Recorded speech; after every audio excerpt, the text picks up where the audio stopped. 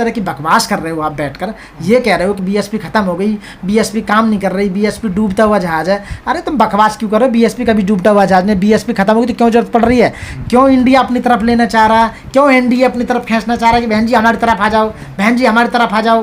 भाई जब खत्म होगी तो क्यों खींच रहे हो तुम? आज भी बहन जी का वोट बैंक, करोड़ों करोड़ों वोट बैंक है बहन जी का इंडिया के अंदर। बहन जी को यदि 5 साल के लिए देश का प्रधानमंत्री बनाया जाए, मौका मिला एक बार, तो बहन जी सारे काम को खत्म कर देगी 5 साल में। 5 साल में ये दिखा देगी प्रधानमंत्री की ताकत ये होती है और देश इस तरह से चलता है। ये हवाबाजी से देश नहीं चलता। बिल्कुल गलत कह रहा है बहन जी, ना कभी डरी है ना डरने वाली नेता है। फिर वो जितने भी आय के साधन है वो जाति के हिसाब से बंटवारा होगा इस देश में यदि जाति है तो। बीएसपी जो है ना एक विचारधारा पर डिपेंड पार्टी है। विचारधारा को लेकर जो पार्टी चलती है वो कभी खत्म नहीं होती है। बाबा साहब और भगवान बुद्ध की आइडियोलॉजी को लेकर पार्टी चल रही है। और आपने देखा होगा कि सारे लोग जब बीएसपी खत्म हो गई तो फिर भी बीएसपी के पीछे क्यों पड़े हुए हैं? उसके वोट बैंक के पीछे क्यों पड़े हुए हैं? उन्हीं के नेताओं के पीछे, उन्हीं के कार्यकर्ताओं के पीछे क्यों पड़े हैं? उन्हीं को टारगेट क्यों कर रहे हैं भाई? उन्हीं से दुश्मनी मोल क्यों ले रहे हो? जब बीएसपी खत्म होगी तो तुम उसका जिक्र ही छोड़ दो। आप ऐसी बात कर क्यों रहो? जो पार्टी खत्म हो जाती है तो उसके बारे में ये थोड़ी कहा जाता कि बीएसपी खत्म हो गई है। भाई इसका मतलब ये है कि आप जानबूझकर एक प्रोपोगंडा फैलाना चाहते हैं लोगों की नज़रों में। और जो बीएसपी का वोटर है, जो बीएसपी का सपोर्टर है, जो बीएसपी को दिल और जान से चाहता है, जो बीएसपी को आने वाले समय में आपको दिखाई दे रहा है, इसका मतलब ये है कि आने वाले समय में बीएसपी सत्ता में आ रही है। पार्टी 2024 में काफ़ी वोटें लेके आ रही है, काफ़ी सीटें निकाल के लेके आ रही है एमपी की। तो इसलिए आप लोगों को डर लग रहा है और आप इसको प्रोपेगेंडा को फैलाना चाहते हैं, लोगों को भ्रम में डालना चाहते हैं। जो लोग ये कह रहे हैं कि बीएसपी खत्म हो गई, मैं उनसे कहना चाहता हूँ सीधे सीधे कि आप कुत्ता पाल लो, बिल्ली पाल लो, गलतफहमी मत पालो। बीएसपी कभी खत्म नहीं हो सकती। वो बहन कुमारी मायावती हमारी जो राष्ट्रीय नेता हैं उनके संरक्षण में, उनके द्वारा चलाई जा रही है, उनके कार्यकर्ताओं द्वारा, उनके वोटरों द्वारा। और हम जैसे चाहने वाले जो बीएसपी और उनके नेताओं और मैं सलूट करता हूँ अपनी बहन जी के लिए, अपने कार्यकर्ताओं के लिए, अपने वोटरों के लिए कि वो जमे रहें, वो कभी भी किसी के भ्रम में ना फैलाएं, भ्रम में ना आए और ना किसी मनुवादियों के कहने में आए इस तरह के कि बीएसपी खत्म हो गई है, बीएसपी में जान नहीं है, बहन जी काम नहीं कर रही। सब कुछ काम हो रहा है, सब कुछ चल रहा है। आप देख भी रहे होगे आज भी ऐसी पार्टी कोई है नहीं। बाकी सारे लोग जितने भी हैं उनकी कोई आइडियोलॉजी नहीं है, उनकी कोई विचारधारा नहीं है। हमारी पार्टी की आइडियोलॉजी है, एक विचारधारा है जिस विचारधारा को लेकर चलती है। और हम किसी के साथ षड्यंत्र बीएसपी के खिलाफ है। बिल्कुल ये एक षड्यंत्र रचा जा रहा है और षड्यंत्र करके बदनाम किया जा रहा है कि ये क्या कि जब किसी को बदनाम करना होता है तो ऐसे ही कहते हैं, पार्टी को बदनाम करो, बहन जी कुछ काम नहीं कर रही, बहन जी रोडों पर नहीं आ रही, बहन जी तो चुप बैठ गई हैं, या बीएसपी डाउन हो गई है, बीएसपी का इतना वोट बैंक डाउन होगा। सब बकवास और रूमर फैल रहा है। ऐसा कुछ नहीं है। आने वाले समय में सत्ता में आएगी हमारी पार्टी, विचारधारा की पार्टी है। एक बाबा साहब और भगवान बुद्ध की जो विचारधारा को लेकर चल रही है। तो मैं उनसे कहना चाहूँगा कि पार्टी को बदनाम ना करें, आराम से बैठें, अपना काम करें। जैसे आपने कहा कि अगर बीएसपी खत्म होगी तो उसके बारे में चर्चा क्यों हो रही है? देखो चर्चा क्या है, दो लोग हैं, एक तो हैं हरिजन और एक हैं दड़ीजन। हरिजन वो हैं जो कांग्रेस के द्वारा पोषित पोलित किए गए हैं, जो चमचे हैं, जो अनुसूचित जाति और अनुसूचित जनजाति और अन्य पिछड़ा वर्ग और खासकर मुस्लिम भी जितने भी लोग हैं, जो बीएसपी का वोट हुआ करता था, बहुजन समाज पार्टी का वोट था, उनके चंद जो चमचे थे कि कांग्रेस के, उनको बोलते थे हरिजन। उन्होंने हरिजन नाम लिया। और जो कुछ चमचे जो SC ST में और OBC में से टूट के चले गए थे बीजेपी में, वो तो दड़ीजन। दड़ीजन का मतलब जो दड़ी उठाते हैं, जो दड़ी बिछाते हैं, उनका इससे ज़्यादा और कोई काम नहीं होता। और वो केवल कातिया के कुत्ते की तरह काम करते हैं, फेंके हुए टुकड़ों पे 1000 2000 4000 10,000 दे दिया, या कोई बोतलें दे दी, या कुछ मीट दे दिया, कोई पार्टी ऑर्गेनाइज करा दी थोड़ी बहुत, या कुछ करा दिया, इतने से खुश हैं। चमचा है ना। मान्यवर काशीराम साहब ने एक चमचा युग किताब लिखी थी, उसमें सीधा ये लिखा था, ये पहचानना बहुत मुश्किल है कि चमचा कौन और हितैषी कौन है पार्टी का। तो एक माइनर सी लिखी लाइन है चमचा और हितैषी के बीच में। तो मैं ये कहना चाहूँगा कि ये जो चमचे हैं, जो चंद चमचे पैसे खाकर और थोड़े से लालच के लिए आप दूसरी पार्टियों में चले गए, कांग्रेस में चले गए, बीजेपी में चले गए, आम आदमी पार्टी में चले गए, और वहाँ जाकर इस तरह की बकवास कर रहे हो आप बैठकर। ये कह रहे हो कि बीएसपी खत्म हो गई, बीएसपी काम नहीं कर रही, बीएसपी डूबता हुआ जहाज है। अरे तुम बकवास क्यों कर रहे हो? बीएसपी का भी डूबता हुआ जहाज नहीं, बीएसपी खत्म होगी तो क्यों जरूरत पड़ रही है? क्यों इंडिया अपनी तरफ लेना चाह रहा है? क्यों एनडीए अपनी तरफ खींचना चाह रहा है कि बहन जी हमारी तरफ आ जाओ, बहन जी हमारी तरफ आ जाओ? भाई जब खत्म होगी तो क्यों खींच रहे हो तुम? आज भी बहन जी का वोट बैंक, करोड़ों करोड़ों वोट बैंक है बहन जी का इंडिया के अंदर।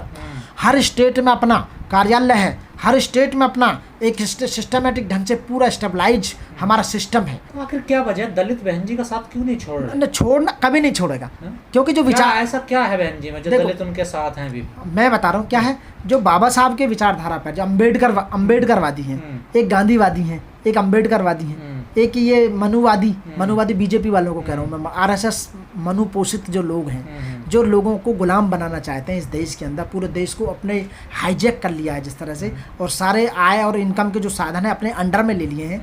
अच्छा, मैं ये कहना चाहूँगा, जब ये जो कांग्रेस हैं और बीजेपी और आम आदमी पार्टी, ये एक ही थैली के चट्टे बट्टे हैं। इनका काम देश को डेवलप करना नहीं है, लोगों को वेलफेयर करना नहीं है, लोगों को अच्छी स्कीम लेना नहीं है, चूसना है, लोगों को चूसना टैक्स लगाकर और दूसरी पार्टियों को बदनाम करना। तो दलितों का उद्धार नहीं इन पार्टियों में? नहीं, उद्धार कहाँ से होगा? पूरी पार्टियां, सारी देश की जो पार्टियां हैं वो दलितों के वोट बैंक के ऊपर राजनीति कर रही हैं। आप देख रहे होंगे पीछे लंबे समय से 50 से 60 साल करीब कांग्रेस ने राज कर लिया, और पीछे और अब मिलाकर 15-20 साल बीजेपी ने काम कर लिया, और अब दिल्ली में आम आदमी पार्टी काम कर रही है, कभी स्टेटों में दूसरी पार्टी। केवल टोटल राजनीति SC ST OBC के ऊपर डिपेंड है। तो मायावती के अलावा और कोई हितैषी क्यों नहीं बन पा रहा दलितों? नहीं, हितैषी क्यों नहीं है? हितैषी वो इसलिए नहीं बन पा रहे, ना वो बन पाएंगे, क्योंकि वो नौकर हैं जो हितैषी बनने की कोशिश कर। बहन जी एक इंडिपेंडेंट नेता है, हमारी आदर्श नेता BSP की, तो वो BSP जो है पार्टी है, तो एक विचारधारा पर जो डिपेंड पार्टी है, तो उसकी नेता है, तो एक विचारधारा को लेकर चलना और केवल एक मकसद को लेकर चलना, केवल अपने लाभ के काम करना, केवल खामोखा, जैसे बीजेपी कर रही है। महंगाई को बढ़ा दिया, जनता को चूस दिया पूरी तरह, स्वास्थ्य को बिगाड़ दिया, आय के साधन अपने अंडर में कर लिया, और गिने चुने चंद लोगों को रईस बना दिया, देश को उन्हीं लोगों को बेच दिया है। ऐसे कांग्रेस करती थी, ऐसे बीजेपी, ऐसे ही कर रही है आम आदमी पार्टी। जो वास्तव में दलितों का जो OBC वर्ग है, जो मुस्लिम वर्ग है, उनका उद्धार जो होना चाहिए, उनका जो वेलफेयर होना चाहिए, उनके बच्चों को शिक्षा मिलनी चाहिए, उनके बच्चों को रोजगार मिलना चाहिए, उनके बच्चों का स्वास्थ्य बढ़िया होना चाहिए, उनके जो स्टैंडर्ड है, लिविंग स्टैंडर्ड वो ऊपर होना चाहिए, अपलिफ्ट होना, उसे नहीं करना चाहते। ये केवल टुकड़े देना चाहते, भूखा ना हमारा बस इंसान। कई बार देखने को मिला वकील साहब, जो दूसरी पार्टियों में अनुसूचित जाति के लोग हैं, खासकर जो दलित हैं, उनका सम्मान तो नजर आता है। अब सम्मान कहाँ से होगा? कहीं चमचों का सम्मान होता है, नौकरों का सम्मान होता है, भगोड़ों का सम्मान होता है क्या? आप बताइए। जो लोग अपनों को छोड़कर दूसरों की चमचागिरी में लगे रहते हैं, उन्हें सम्मान मिलता है क्या? अपने तो इसलिए सम्मान नहीं देते क्योंकि हमें तो छोड़ के चला गया, दूसरे इसलिए सम्मान नहीं देते, तो साला अपने का ना हो सका, हमारा क्या होगा? आप समझ रहे हो ना? जो आदमी अपनों का ना हो सका, जो BSP का ना हो सका, जो वोट बैंक या जो नेता बहुजन समाज पार्टी, जो बाबा साहब, भगवान बुद्ध, मायावती, मानव और काशीराम साहब, ऐसे महान लोगों ने बना, जिसके ऊपर चल रही है, जो लेकर चल रहे हैं, विचारधारा को ले चल रहे हैं, जो उनका ना हो सका, जो उनका सगा ना हो सका, तो हमारा क्या सगा होगा? तो BJP, कांग्रेस, आम आदमी, ये तीनों पार्टी इसलिए उन्हें नौकर की तरह समझती है, चमचा समझती है, टुकड़े फेंक दो बस, और इससे ज्यादा कुछ नहीं। तो BJP कांग्रेस दलितों का घर नहीं है? नहीं, बिल्कुल घर नहीं है, घर होता। आज आप देख रहे होगे, अब कांग्रेस एक उठा के चल रही है मुद्दे को कि भाई जातिगत जनगणना। 50 से 60 साल तुमने राज कर लिया, कांग्रेस ने देश पे 50 से 60 साल राज किया, अब से पहले तो आपने क्यों नहीं जातिगत जनगणना कराई? बताइए, आपको पहले ही शो करने चाहिए थे। आप जब BJP ने 10 साल राज कर लिया, वो भी नहीं, उसने भी नहीं करा पाए। यदि सत्ता में BSP आती है, बहन कुमारी मायावती को आप लेकर आते हो, तो सारे काम होंगे। आपने 5 साल में देख लिया होगा, 2007 से 2012 तक बहन जी ने जो काम करा है, जो 50 साल का काम था, वो 5 साल में खत्म कर दिया। बहन जी को यदि 5 साल के लिए देश का प्रधानमंत्री बनाया जाए, मौका मिला एक बार, तो बहन जी सारे काम को खत्म कर देगी 5 साल में। 5 साल में ये दिखा देगी प्रधानमंत्री की ताकत ये होती है, और देश इस तरह से चलता है। ये हवाबाजी से देश नहीं चलता कि ये कर दिया, हवाबाजी, हिंदू मुस्लिम, पाकिस्तान हिंदुस्तान से। कांग्रेस में विश्वास नहीं आपको? अब राहुल गांधी, प्रियंका गांधी कह रही हैं कि हम जातीय जनगणना कराएंगे, हमें वोट दो। विश्वास कहाँ से होगा? 50 से 60 साल देख चुका है हमारे पूर्वज जितने भी थे, हमारे दादा, हमारे पिताजी, हमारे परदादा, सब देख चुके। कांग्रेस को वोट देते थे, कहाँ किया उन्होंने? कुछ किया? आप बताइए। कोई उद्धार नहीं हुआ उसका। यदि उद्धार होता तो हम कहाँ से कहाँ होते आज? हमारी स्थिति ऐसी नहीं होती। हमारे पास कांग्रेस ने जो उस समय जो भूमि आवंटित होनी थी, जो पट्टे देने थे, वो भी पूरे पट्टे भी नहीं दे पाई थी। 20-20 बीघा, 15-15 बीघा भूमिहीन लोगों को, जो गाँव में बेचारे रह रहे हैं, उन्हें ज़मीन तक नहीं दी गई थी। कुछ चंद लोगों को दी गई थी, वो भी दबंग लोगों ने छीन ली थी, बाद में अपना कब्जा ही नहीं ले पाए वो। अब आ जाओ BJP की, तो BJP सरकार तो बिल्कुल ही पूरी तरह से।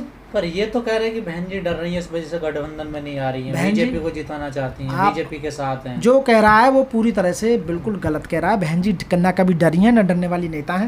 बहन जी डर नहीं रही, बहन जी कभी भी नहीं डरी। बहन जी ने हर इलेक्शन में फाइट किया है प्रॉपर तरीके से। बहन जी को अपने लोगों ने धोखा दिया, अम्बेडकरवादियों ने धोखा दिया, रिजर्वेशन के नाम पर जो पद भरे गए थे, उन बहन जी ने जो पद भरे, पुलिस वालों के पद भरे, टीचरों के पद भरे, जितने भी पद भरे, ठीक है ना, जिन लोगों को पढ़ाया, और 75 हॉस्टल खोले गए SC/ST के बच्चों के लिए, उनके बच्चों को 5 साल तक कोई फीस नहीं देनी पड़ी। LLB, LLM, PhD कुछ भी कोई भी यूपी में यदि आप कोर्स कर रहे हैं, उसका पूरा बहन जी की सरकार से पैसा जाता था। आप बताइए धोखा किसने दिया?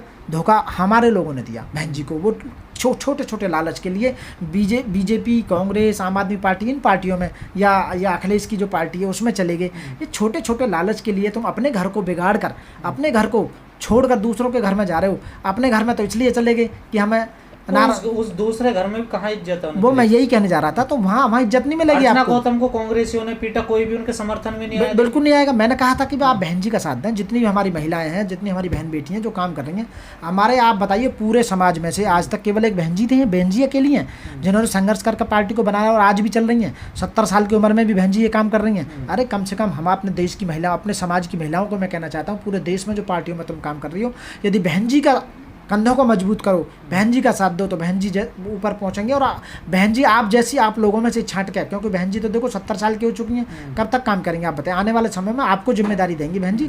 तो इसलिए आने वाले समय में मैं आपसे एक हाथ जोड़ कर गुजारिश करता हूँ कि बहन जी का साथ दो, BSP का साथ दो। सबसे ज़्यादा महिलाओं से कहना चाहूँगा कि महिलाओं, मेरी बहन बेटियाँ जितनी भी हैं, वो बहन जी के कंधों को मजबूत करें। आने वाले समय में BSP जरूर सत्ता में आने वाली है पार्टी। इसलिए लोग ये खामोखा के एक बवंडर या खामोखा का झूठ, एक रूमर फैला रहे हैं कि BSP पार्टी सत्ता में नहीं आएगी। 100% सत्ता में आएगी। लेकिन कांग्रेस जैसे कह रही है जातीय जनगणना हम कराएंगे, तो इससे दलितों को और पिछड़ों को क्या फायदा होगा? हाँ, फायदा मैं बताना चाहता हूँ कि काशीराम साहब ने, मानवर काशीराम साहब ने कहा था कि जिसकी जितनी जनसंख्या भारी उतनी देश में उसकी हिस्सेदारी। तब ये पता लगेगा कि देश के अंदर वोट बैंक, जैसे समाज उसका OBC का 52% है, जातिगत जनगणना निकल गई कि 52% OBC है। तो जो देश की जो पद हैं, या देश के जितने भी कॉन्स्टिट्यूशनल पद हैं, राज्यपाल हैं, मंत्री हैं, ठीक है ना, या और भी जो सरकारी पद हैं, तो वो 52% लोगों के हिसाब से बांटा जाएगा। वह हिस्से बंटवारा होगा, डेफिनेटली होगा पदों का। आप जनसंख्या के अनुपात में बटेंगे तो उथल मचेगी बिल्कुल। जैसे कि मानो कि मैं फॉर एग्जांपल कहना चाहता हूँ कि जैसे सुप्रीम कोर्ट के अंदर 31 जज हैं, तो 31 में से 52% के हिसाब से लगा लो आप भाई। 16-17 जज जो OBC के होने चाहिए थे, हाई कोर्ट में जितने भी जस्टिस हैं उस हिसाब से होने चाहिए थे। जितने नीचे जितने भी लोअर जुडिशरी में, वो OBC के हिसाब से, SC के हिसाब से, ST के हिसाब से और मुस्लिमों के हिसाब से होने चाहिए। जातिगत जनगणना यही होगा। मानो सरकार चलाने में इस समय सेंट्रल गवर्नमेंट में 90 सेक्रेटरी हैं, इस समय OBC के 3 सेक्रेटरी हैं मात्र। तो उस हिसाब से तो 45-50 OBC के होने चाहिए थे आज। तो इन्हें इस बात का दुख हो रहा है कि जातिगत जनगणना, क्योंकि जो कांग्रेस ने भी नहीं कराई जातिगत जनगणना, लेकिन BJP ने भी नहीं कराई, तो कांग्रेस उसका बेनिफिट लेना चाह रही है ये लोगों को बता कर कि यहाँ भी जनगणना। चलो कोई बात नहीं, कांग्रेस को अभी अकल आई। हम तो चाहते हैं कि भाई यदि कांग्रेस भी यदि कह रही है, इस बात को हम सपोर्ट कर रहे हैं कि ये जातिगत जनगणना होनी चाहिए, पता लगे कि किसकी जाति कितनी है, फिर उसके हिसाब जमीन आनी चाहिए। अब जमीन एक लोगों पे 1,000 बीघा जमीन है, बेचारे जो OBC वाले हैं कुछ उन पर जमीन भूमिहीन है, कुछ SC हैं जिन पर भूमिहीन है, तो जमीन का बंटवारा होगा। फिर वो जितने भी आय के साधन है वो जाति के हिसाब से बंटवारा होगा इस देश में यदि जाति है तो।